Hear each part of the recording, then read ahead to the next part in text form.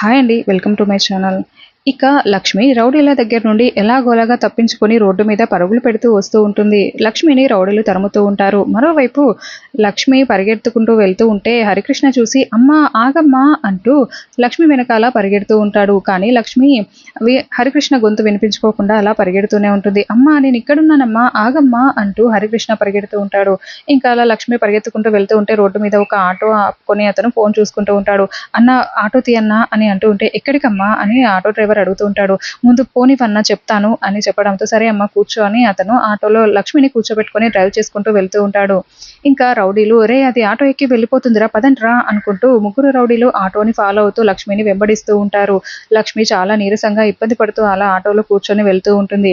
మరోవైపు హరికృష్ణ పరిగెత్తుకుంటూ వస్తూ ఉంటే విహారి చూసి "రేయ్ క్రిష్ ఆగరా ఆగరా" అంటూ పరిగెత్తుకుంటూ హరికృష్ణ దగ్గరికి వచ్చి "ఎక్కడికెళ్తున్నావురా" అని గట్టిగా అడుగుతూ ఉంటాడు.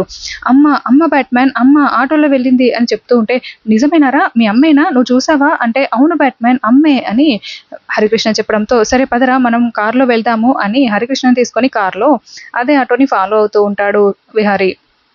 అలా లక్ష్మి కాసేపు వెళ్తూ ఉంటే లక్ష్మిని వెంబడించిన రౌడీలు అలసిపోయి ఒక దగ్గర అబ్బా అనుకుంటూ కాళ్ళు పట్టుకొని అలా కూర్చొని చూస్తూ ఉంటారు. లక్ష్మి ఆటోలో వెళ్ళిపోతూ ఉంటుంది. మరి ఇప్పుడు హరికృష్ణ, లక్ష్మి కలుస్తారా? విహారికి దొరుకుతుందా? లేదంటే మళ్ళీ కథ కొత్త మలుపు తిరుగుతుందా? అసలేం జరగబోతుంది? వచ్చే ఎపిసోడ్‌లో తెలుసుకుందాం. Thank you for watching. ఇప్పుడే నా ఛానల్‌ని సబ్స్క్రైబ్ చేయండి.